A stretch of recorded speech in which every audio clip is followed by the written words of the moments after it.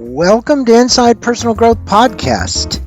Deep dive with us as we unlock the secrets to personal development, empowering you to thrive. Here, growth isn't just a goal, it's a journey. Tune in, transform, and take your life to the next level by listening to just one of our podcasts. Well, welcome back to Inside Personal Growth. Another great interview with a lovely man, Alessandro Tronco. We're going to be speaking about the Buddha who drove a Bentley, a life fable. Good day to you, Alessandro. How are you? Good day, Greg. I'm doing great. How are you? Good. It's a pleasure having a fellow author on and also a fellow financial advisor on, because I used to do financial advising and actually still do a bit of it. And it's always interesting to kind of see the life path of people that enter this industry and the directions they take. And you're one of them. And I want to congratulate you for writing your first book. His wife, Gina, also has a book out as well. And they're very philanthropic. But I'm going to tell you a little bit about Alessandro. He's living proof the American dream still exists. He's born in Sicily. He immigrated to the United States when he was 6 years old, with nothing but his family's hopes and dreams to guide him. After spending nearly a decade here, he returned to Sicily for 6 months and then returned to America by himself at 15 years old with only $5 in his pocket.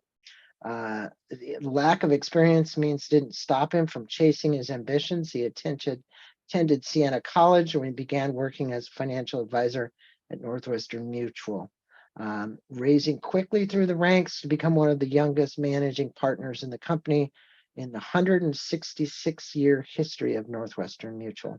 Believe me, for those of you out there, the life insurance business is a tough business filled with rejections. So Alessandro has definitely worked hard to get there. His hard work and determination has gone, he only had from that $5 to the success story. They live in New York. He's got 3 daughters, beautiful daughters. And if you want to learn more about his wife, Gina, the kids, and his book, go to the Buddha who drove a Bentley.com, the Buddha who drove a Bentley.com. That is where you will learn more about him and the book. And I'm going to encourage everybody, we're going to put a link to Amazon as well, so you can pick up a copy of the book. The book's title is real interesting, The Buddha Who Drove a Bentley. It's intriguing. You give our listeners a little bit of a glimpse, Alejandro, into what the fable is about and what inspired you to write it, and also speak about this main character, Vincent. I think, this is a kind of a life fable. And I think for our listeners, it'd be good for them to get kind of an overview. Yeah, so thank you for that kind introduction. It's been a great life. It's been a huge blessing. And it's been a huge blessing to be in America. As a immigrant from Sicily, all these countries are really great places to visit, but a lot of them are really hard to live in.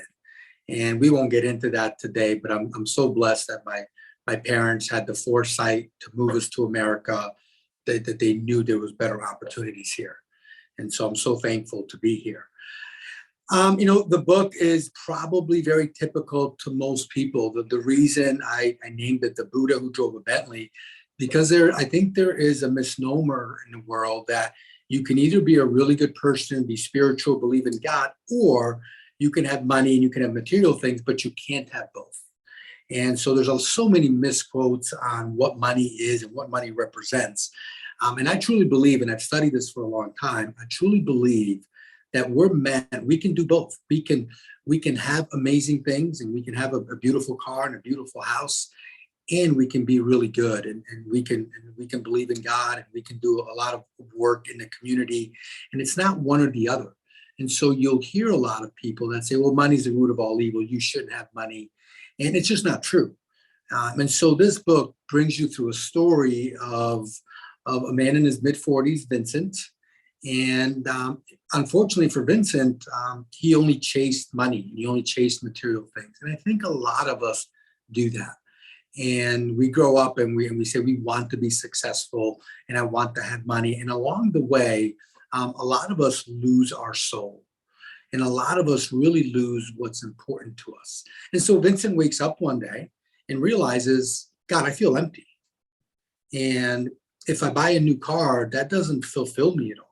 Or if I buy a new watch, that doesn't fulfill me at all. And so he's going on this long drive and he's realizing, what have I done? Like I've chased success my whole life, but I feel pretty empty.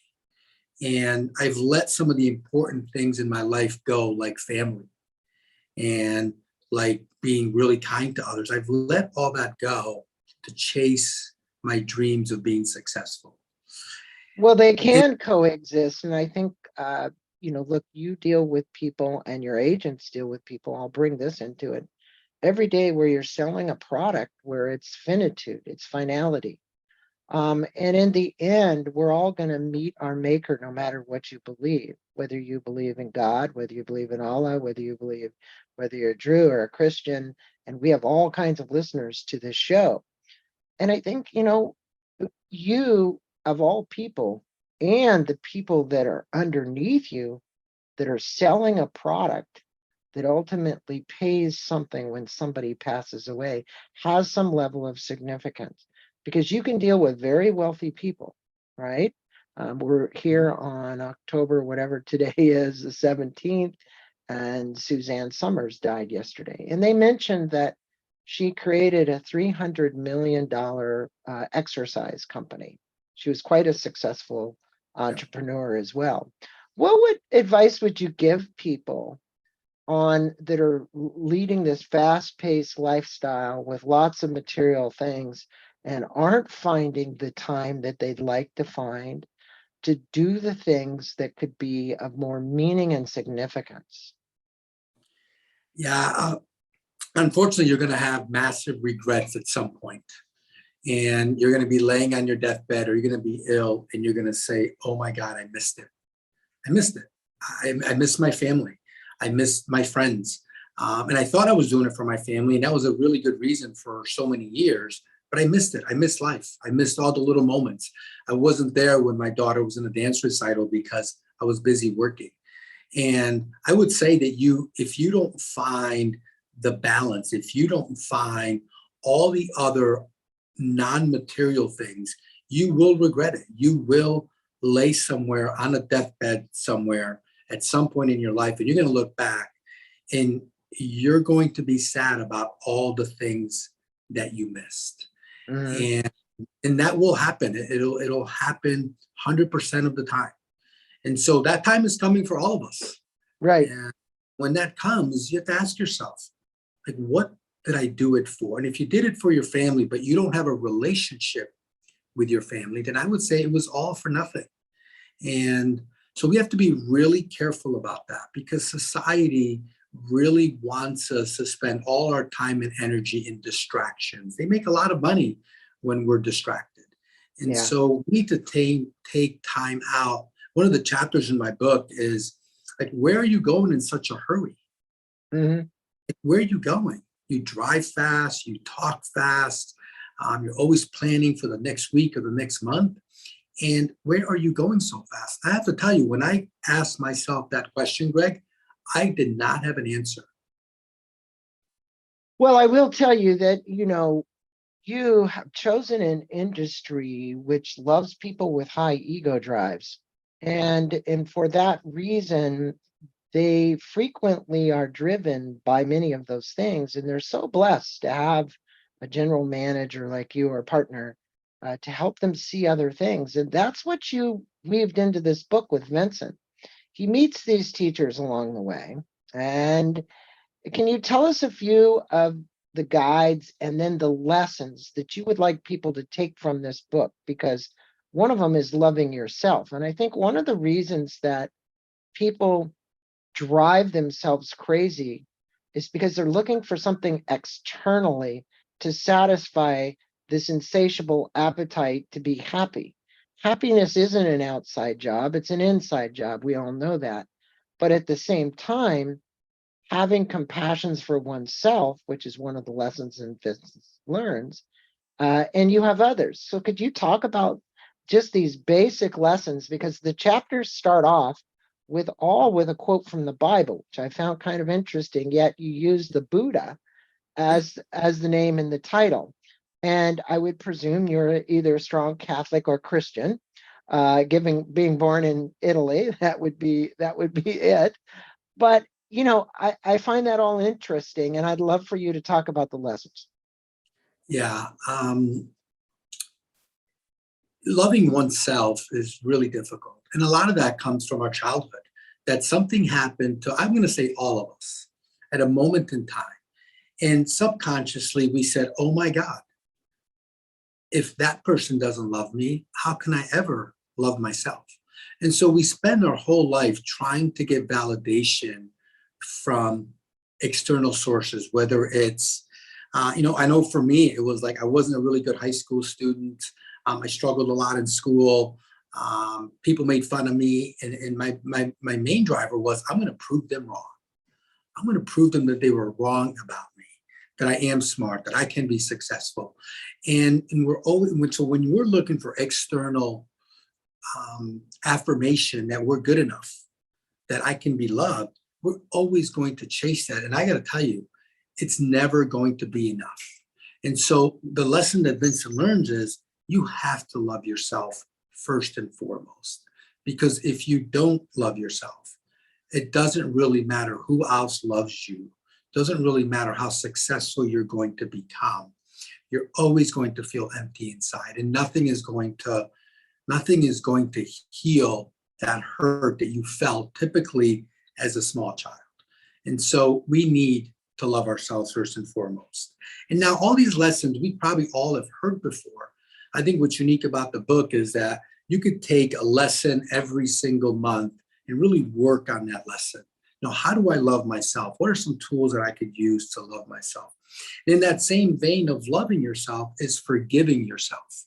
Mhm. And forgiveness is such a difficult thing. I know for me, it was so difficult to forgive all the wrongs that I had done, all the things that I had regretted in my life. And for years, I would say, I'm not forgiving myself. I don't deserve it. And that's wrong. We all need forgiveness. We all need forgiveness for ourselves, which starts there.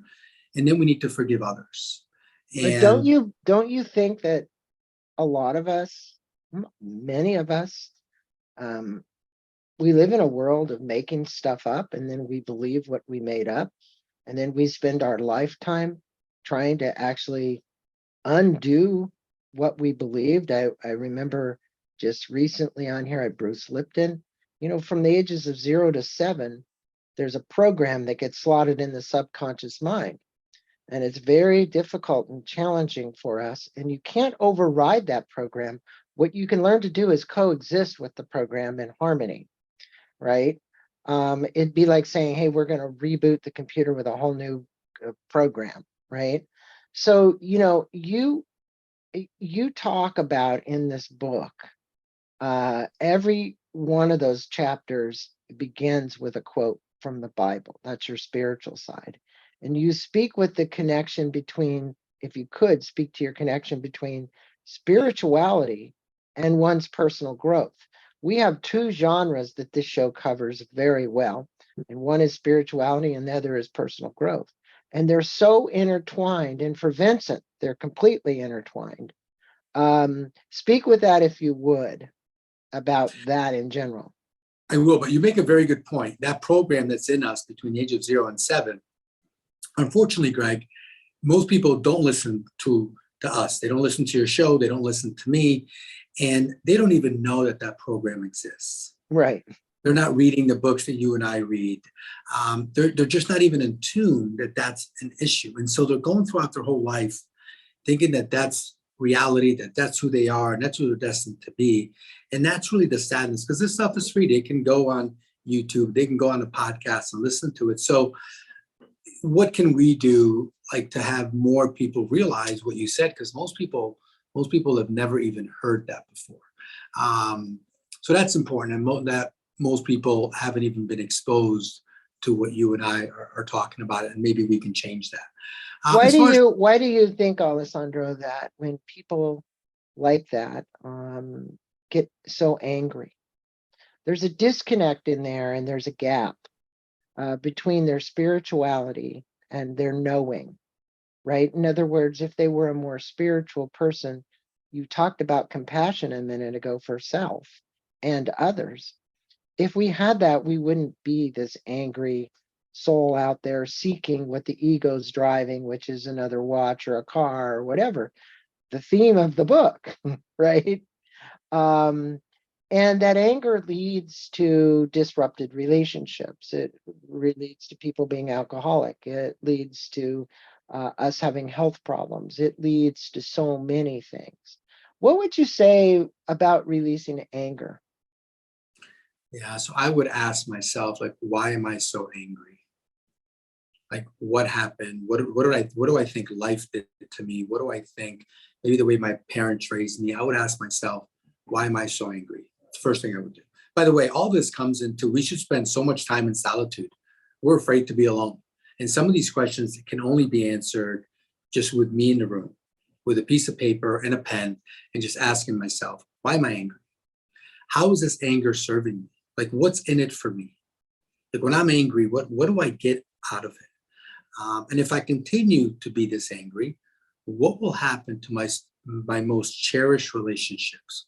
What will happen with my spouse? What will happen with my kids?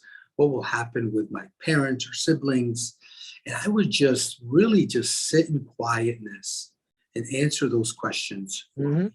I Then think I would, that's great advice. It's you really know, great. And that leads me also to, not to change the subject, but you make a point in chapter 7 about Vincent's connection to nature and how important it is to take time to be outside, to walk, to contemplate, to take time for yourself. Um, okay, you're giving people advice on this podcast right now to sit and write and contemplate and take time to answer these questions. Why do you believe it's so important that they live a life of purpose and fulfillment versus their life they're living? No matter who's listening to the show right now, they maybe go, I'm happy just the way I am, even though I'm angry. Do you get where yeah, I'm going with this? yeah, I sure do. Let's talk about the nature thing for a minute. We live in a beautiful world. We really do. And most people will never see it because they're going to drive from one place to another, go indoors, and they'll never see it. And I got to tell you, especially this, I don't know what happened this summer, but the moon, there was some days that the moon just didn't even seem real. It was so spectacularly beautiful. And the stars and the trees and all life is outside. Like that's where the air is. That's where oxygen is. That's where the sun is. And so there's so much life outside, but we've been programmed to spend a lot of time indoors watching TV, binge watching on, a show on Netflix. And so I would encourage everyone, like spend some time outdoors and just look around the beauty of the world. Look around at a bird flying in the sky. And if that's not like magical to you, how that actually happens, it's just breathtaking outdoors. And so most of us do not spend any time outside anymore. We become inside creatures, and we were never meant to be inside as much as we are today. So you should take that chapter and read it over and over, and then don't take my word for it. Spend some time outside and see how you feel. Really watch a beautiful sunrise or a beautiful sunset, and you'll understand that there has to be a God. Like that Well, just can't exist, right? there It's like is, there there is. is a higher power for everybody listening. They Great. just have to make the connection, and then they have to have a belief in it. Not that they don't have a belief, but you know, vulnerability and authenticity are two words which come up for me. Um, Brene Brown speaks very much about being vulnerable. And if you can't be vulnerable, you're going to have a hard time being authentic. So the question I have for you, because much of the concepts in living an authentic life is kind of a theme to the book, you share some of the practical steps and insights of what it's like. What does that mean to you, living an authentic life? And how have you personally become more vulnerable so that you could figure out what authenticity was in life? Yeah. So writing this book is a perfect example. I mean, it's a fable about Vincent, but people that know me know that it's really my life's journey and story. And some of those chapters are difficult to write about. And I have three amazing, beautiful daughters, and being vulnerable to them that, hey, dad, your dad was never perfect. Even though maybe at some point you thought I was when you were a little girl, I'm just not. And I'm still not perfect.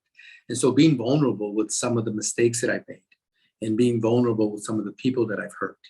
And I got to tell you, when you do that and people really know that you mean it and really know that you're being vulnerable because you want to be so authentic with these people that you love so much, that relationship goes to a new level. Now, here's the hard part, Greg. When you're being vulnerable and when there are things that you're not proud of, in that beginning stages of that, it can be very difficult. Some of the things that we do are not pleasant and you disappoint people, but that's temporary. The outcome and the result of being vulnerable and being authentic long term is priceless, and it brings so much peace in your heart because you're no longer hiding behind anything. You're no longer pretending. A lot of us go to work every day and then we put on a little mask, and it's not really us. It's who you think people want you to be. And so Right. you're covering up who you are. And when you take that off and you are who you are, you'll find, now you will lose some people. You will say some people like, you know what, I don't like that version, because maybe then I have to be more authentic and I don't want to do that. But the people that you care and love the most, that relationships goes to a new level that's really incredible to feel. And so there is no other way.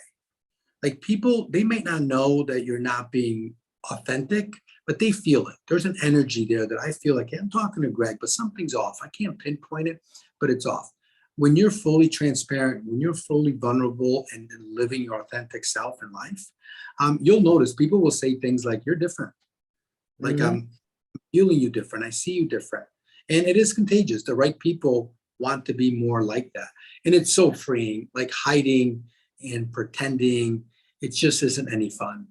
And it just Well, wears. and that comes down to the vulnerability. I think the more you can to be authentic, uh, it happens as a result of being vulnerable and being open, and allowing people to see the true Alessandro, to see the true Greg Boyson. And the book maybe suggests that happiness and success are not mutually exclusive. And this story, as you said, is about you. You were striving for lots of things, but those things weren't bringing happiness. Um, and happiness is written about like crazy today. We live in a world where loneliness is the number one challenge that we're facing across the United States. You look at the people that are living in retirement communities and people that are out here today, they think that connecting over the internet is a way to like literally create happiness, and they found out it's not. How can individuals find balance between pursuing success and maintaining happiness in their lives? And what tips would you give them, Alessandro? Because you were there. Yeah. I would say to you that if you follow the lessons in the book, you will be more successful than ever without following the lessons. And so I was never really taught that. I thought I didn't have time for going in nature and being with nature because I had to work. And what I found was that you'll be hugely financially successful if you follow these lessons. And that's really the lesson there. It's like, it doesn't have to be one or the other. That's why the title is what it is. That if you're more transparent, if you're more vulnerable, well, how do you think that affects your relationships at work? Like, people are going to be attracted to you more. Mhm. You'll get more opportunities because you are. What if you are more generous in life in general? How is that going to affect your work when people really know, wow, every time I turn around, Greg is being super generous to another person. Um, so, and every time, how about when you know your authentic self? Can you be better at your career when you know your true authentic self? Of course you are. It'll be more natural. It won't be as hard as maybe it would be trying to be somebody else. And so I would argue to say if you follow these lessons, your career and your success will exponentially grow. And so it's not one or the other. And they don't teach us that in business school. They don't teach us that in high school or college. It's all about, how do I have a better business plan? How do I grow sales? How do I do that? And that's all stuff that's needed. But I would say if we do this other stuff, I believe you will be more successful than ever. And along the way, you're going to be pretty happy. But let's talk about happiness for a minute. Not How are everybody's happy. you? How are you, Alessandro? Pardon me, but coexisting in this modernity, which is what it's called, this modern world. I mean, if you go back in time and you look at uh, ancient times, we didn't have all this speed. We didn't have these kind of things that were distracting us. We've been moved into an industrial age and now into an information age where everything's on demand. It's on the phone, it's on the computer, it's here, it's there. And it is distracting. And to find peace in that, this is where I'm talking about. You have this book that's written about ancient wisdom, personal development, and modern living. How would you bridge this gap that really exists between the realms to provide actionable guidance to the listeners and the readers of your book? Because I feel that many of them feel caught in the middle of a cyclone and everything's whirling around them like crazy, which is the distraction. Yet, and we know at the center of that is where the solitude and peace is, right? But they don't feel that. So what would you say? Look, you've been there. All this stuff that's written in this book is about you. Yep. So how did you get out of that? And how did you move from desire to meaning? So let's talk about a fact for a minute. We know what we're doing today isn't working. If you look at depression rates, you brought up being alone. So if we look at being alone, depression rates, suicide rates, anxiety, they're at an all-time high. Mhm. So the facts are whatever we're doing isn't working. That's not rocket science. That's not my opinion. That's not your opinion. That's a fact. So when we realize that, well, this isn't working, what am I going to do? What am I going to change? So we still have control of our lives. As far as I know, we still have control of our own lives. So first of all, we have to put down electronics. When I have a meeting with you face to face, so that's the other thing. You don't have to work remote. You can choose if you want to, but you can still meet people face to face. You can still, for the most part, go into an office. So most of my meetings are still face to face. Most of my interactions are still like this, person to person. Put your cell phone away. Don't just put it here just in case it rings. Put it away, put it on do not disturb, and really connect with that individual. Instead of going home and turning on the TV or scrolling through social media, go for a walk. Go for a 30-minute walk every day, at night and in the morning, and see how you feel. Well, Alessandro, we're living in this always on world, fast paced world. It's hard for many of us to find the time. There is a lot of loneliness out there, as you said. There's a lot of pressure on us in modern living, stress, anxiety. If you would, how would you advise readers and listeners to actually close this gap between loneliness, stress, anxiety, what the world is demanding of them, and how they can live a much more spiritual and peaceful life? What advice would you give them? Yeah, so before I even go there, I mean, the proof is everywhere. If we look at depression rates, suicide rates, anxiety rates, specifically in America, they've never been higher. And so we know that whatever we're doing right now isn't working very well. And so once we know that, it's like, right, what can we do about it? Because we're not changing technology. It's only going to get faster and faster. But we know that's part of the issue, the social media and always being connected. And part of that is really amazing, but we need to reduce it somehow. So what I would do is, figure out how much time are you spending watching TV, social media, and let's pretend it's 10 hours a week. Can you make a goal to say, I'm going to cut that down to 7 hours a week? I'm going to reduce that by 30%. And then I'm going to journal. How do I feel by cutting it down by 30%. The other thing I would do is in the morning and at night, can you go for a 30-minute walk without any electronics? Just be with yourself or somebody that you love and just go for a walk around the neighborhood, go for a walk around the city, and just like really pay attention to all the beautiful things that are out there. It could be a butterfly going across you. It could be a bird flying across you. It could be this amazing tree that you've never seen before. And spend time with people. Like technology has its uses. Like today, you and I it'd be very hard for us to do this. So today's use of technology, what you and I are doing, Greg, is perfect. But most of my meetings are face-to-face. Most of my meetings, I want to sit across from someone so I can feel their body language. I can feel their energy. And we put our cell phones, we put them on Do Not Disturb, and we put them out of sight.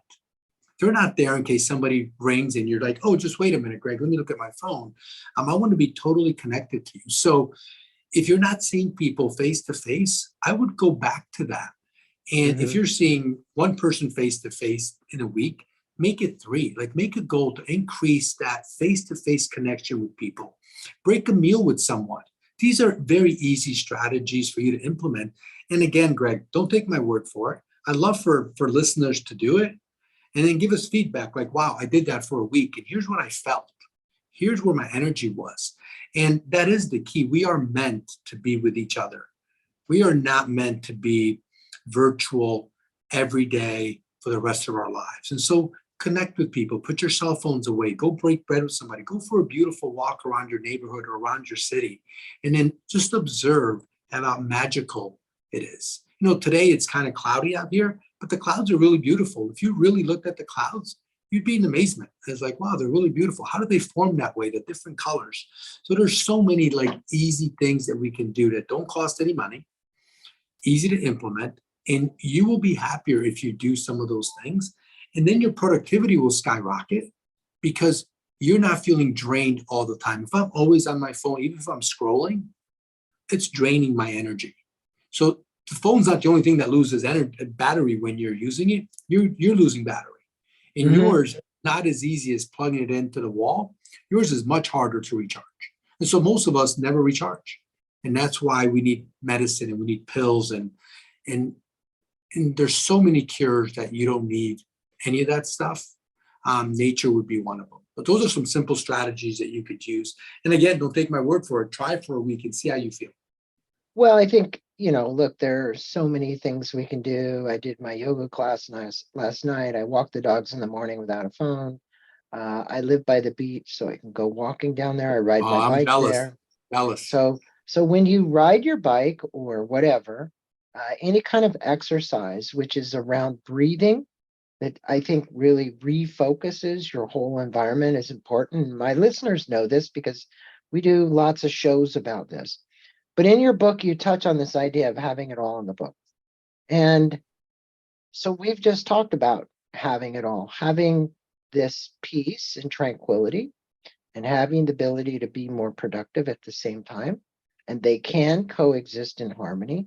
What does it mean to you, and how can individuals define and pursue this version of what you would call having it all? Write it down. Like, what is it for you? Like, what do you want out of life? Like most people spend more time planning a vacation than they do planning their life. Like, what do you want? Like if you ask most people that question, they have no idea. So one of the exercises that I do with my daughters is I have them write down, like, what do you want out of life? Do you want a career? Do you want to be a stay-at-home mom? Like, what do you want? And as you get older, that might change, and that's okay. But figure out, and again, this is beautifully done in silence, and it's beautifully done. Go find a beautiful park and sit there with a journal and just write, what do I want out of life? Because everybody's different. You don't want the life I want. I might not want the life you want. We're all unique. We're all different. And that's beautiful. It would be a very boring planet if we were all the same. So I love that we're all different. What do you feel about, knowing the business you're in, which is financial services, life insurance, and so on, family meetings? I think this whole concept, they say, well, it's really only for the people that have family offices. They're wealthy. Oh, no, it's not. It's for everybody. And the reality is that, you work in a world where we should have family meetings every quarter. We should sit down together as a family and That's look right. at where our lives are going, right? And are you a big advocate of this in your Yeah. practice? Okay, Yeah, because it is a family affair. And you don't have right, to be a multimillionaire to have a family meeting. That's silly. Like right, families that have 100,000 deserve a family meeting too, right, right? And so, right. yeah, it's so important to get like people don't want to talk about the finances in front of their kids, and it's like, well, what are we hiding? And like, the more the kids know, the more they embrace this concept. Yeah, family meetings are an incredible tool that most people don't utilize, Mm, and yeah, I think it's so important to get the family together and talk about what do we want? Like, what do we want to accomplish as a family in both personally, financially, spiritually? Like, what do we relationship want? wise. Yeah, Relationship. Like, what do right, we want out of life? But I got to right. tell you, most people cannot answer that simple question. They will stumble, and they might tell you a couple of things, but they don't really know what they want out of life. And I look at life as a blank canvas. And you can fill in that blank canvas with whatever you want. And if you don't like where you're headed, you can get an eraser and you can erase it Mhm. and you can begin anew. And it's Well, never, speak to the listeners about the power of intention and manifestation. I mean, I think, you know, individuals can harness this power no matter where, when, anywhere, and it can have such a positive impact on their life. Um, and I know some people, I like to set intentions before I come on these podcasts with my guests. I always do it. It's like it's a default. Because when you do that, the energy of it, you were just talking about energy of it, actually moves the conversation in the direction in which you've set the intention toward the manifestation of the outcome which you are attempting to achieve. Speak with us because you are a master at having done that, coming to the United States with no money, literally going to school, going to work for Northwestern Mutual, climbing your way through the ranks, becoming the youngest managing partner in the 166-year history of the company. What were you doing every day when you were down there in the trenches to set intentions and manifestations? yeah, I always had a vision. I always knew where I was shooting for. I always had goals. I always visualized. I always had a vision board. If you don't know what a vision board is, it's just basically putting pictures up of things that you want and vacations you want to take. And I used to drive around the neighborhoods that I currently live in, and I'd be like, someday I'm going to live here. And it was always a positive outlook. And it's so important because again, most of us do the opposite. Most of us say, "Oh, life is never fair to me. Oh, this always happens to me. Bad things happen to me." And yeah, the world will get you exactly what you're looking for. In my family, they'll say, "Oh man, you're the luckiest person we've ever met," and they're right. It could be the busiest holiday season ever. If I'm going to a mall, if I'm going to a store, I always visualize I'm going to find a perfect parking spot. And I got to tell you, Greg, I always find a perfect parking spot. It take me Yeah, long. yeah, And people are like, well, how do you do that? Like I got nieces and nephews, and they just are like, how do you do that?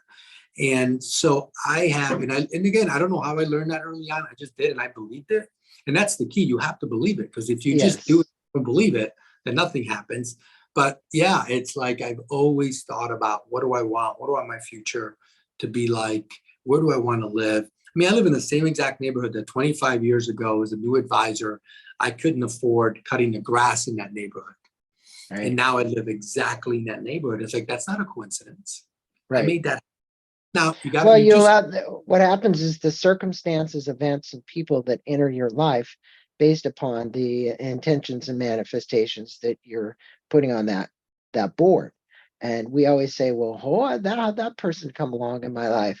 And I like what you did in this book because you have a whole section in the back of the book called Going Deeper. Can you talk with us about the overview of why you put this in the book? Because it's almost like, okay, well, here's this whole book. But then when I get to the back of the book, I yeah, have the book overview in like, 20 pages. I really love that, by the way. thank you. Well, most people get a book and they never finish it. That's the sad Right. reality. And so I knew that going in. And I said, okay, if they don't want to read the whole book, maybe I can just give them a little tidbit at the back, which can help them. And it might be like, you know what, I really like that. Let me go read that chapter. And if you notice, these are not long chapters. These are not like 40, 50-page chapters. They're short, Right. Right. because lessons aren't complex. They might be hard to execute, but they're not complex. And so, but for the people that are like, Mike, can I read the whole book? Go right to the back. You can get a little nip. You can get a little tidbit of what the chapter's about. And then you might say to yourself, maybe I will read that chapter. And so I want to make it easy for the reader to be able to take some of these lessons and implement, and not going through a lot of circles. You know, I never liked the book that spent 25 pages telling me what they were going to tell me and then tell me. Right. Just tell me already.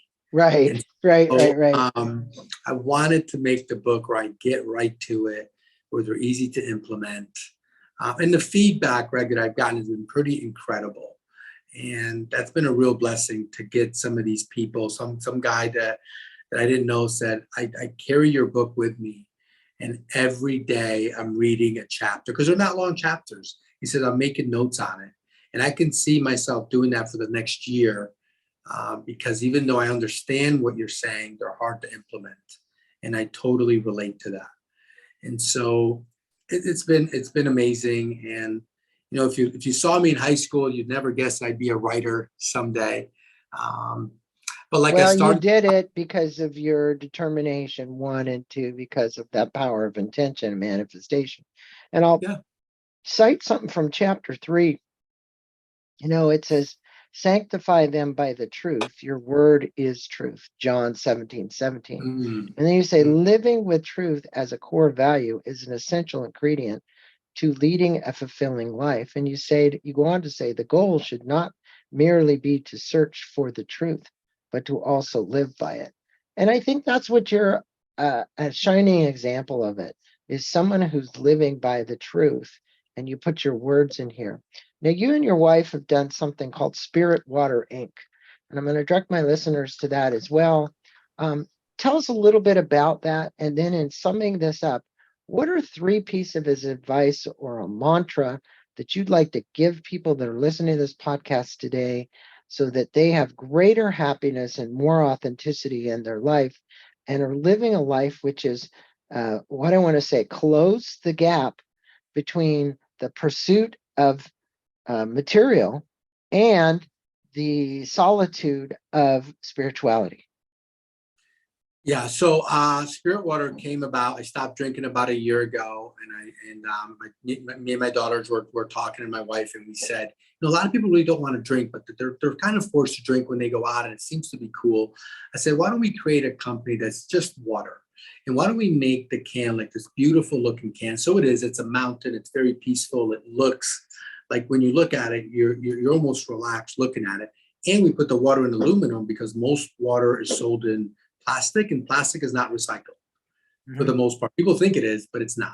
So aluminum can, it looks beautiful. It's a twist top, so you can actually, if you have good water source, you can refill it because it's in aluminum.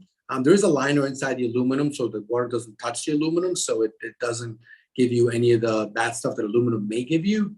So it's totally safe. The water is amazing. So we created this company to say, we want to help the planet. Let's do aluminum, which is more expensive, by the way, but it's worth it. And we said, let's make the whole messaging on the company like a really great message, a really spiritual message, healing message. So, and it's been incredible. It's been about 6 months. We didn't know anything about the water business. We're learning. That's been really fun. We've had some success, so that's been amazing. And is this a charitable endeavor, or is this Spirit Water? Is the money all going to charity that you're raising, or what is happening there? 10% of the money is going to charities. Right now, we're focusing on endangered species. There's a lot of them out in the world that most people don't realize, so that's what we're doing. But we are very charitable inclined. So my wife last year, she's a breast cancer survivor. She raised $917,000 for Leukemia Lymphoma Society in a 10-week period. So every year, LLS does this 10-week kind of competition all around the country. And my wife in upstate New York, which is a really small market, raised the most money out of anyone in the country. So she's a survivor. We had a little cousin that died of leukemia when he was 16, just a beautiful soul. And so we're really passionate about giving back. One of the chapters in the book is generosity and giving back. You're not fully. Gina had breast cancer herself and is a survivor too. She did, yeah.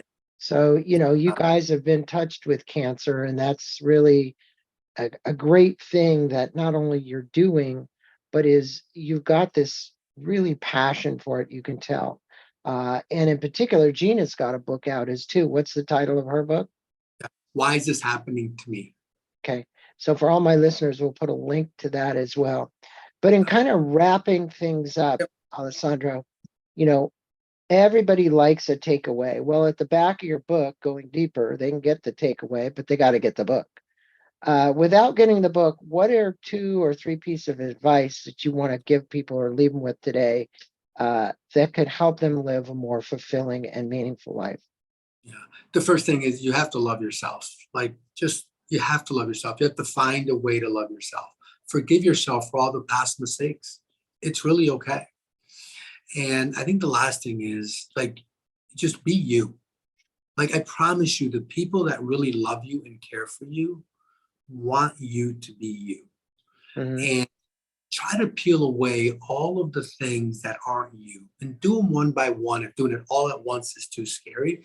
But Greg, I promise you, if people do that, if they love themselves, if they forgive themselves, and ultimately, if you're just you, you are good enough, and people that love you will love you. And you will find this peace knowing that, oh my goodness, this is really me. Mm-hmm. And the people that accept me for who I am, because we don't need you to be somebody else. It's never good for you or anybody else for you to pretend to be something you're not. And I'm telling you, you are good enough in who you are. And the people that love you will love you regardless. And so be you. Well, I want to thank you for giving our listeners this book, and for you who you never thought you'd writing a book. I want to acknowledge you for that. The Buddha Who Drove a Bentley, A Life Fable. Actually, as Alessandro said, it's a lot about him. And that's true. I could see that in there. But it's really about living your most authentic life. And go to the website. It's the Buddha Who Drove a Bentley.com. There you can learn more about the book itself. Also, when you get the book, you're going to notice there's places where you can go, and actually you could sign up and do a consult with Alessandro as well. So definitely he's reaching out. He's putting himself out there for you to be available. For all of my listeners, please do take advantage of it. It's somebody who lives what he speaks about. And that's quite an acknowledgement to you as well. So thanks for being on Inside Personal Growth. Thanks for spending the time with my listeners. Good luck to Gina in raising more money for Leukemia Society. We had a little talk about that, or anything having to do with cancer. And blessings to you and your family. And thanks for being on the show. Thanks, Greg. Thanks for having me. It's a real pleasure. Namaste to you. Namaste.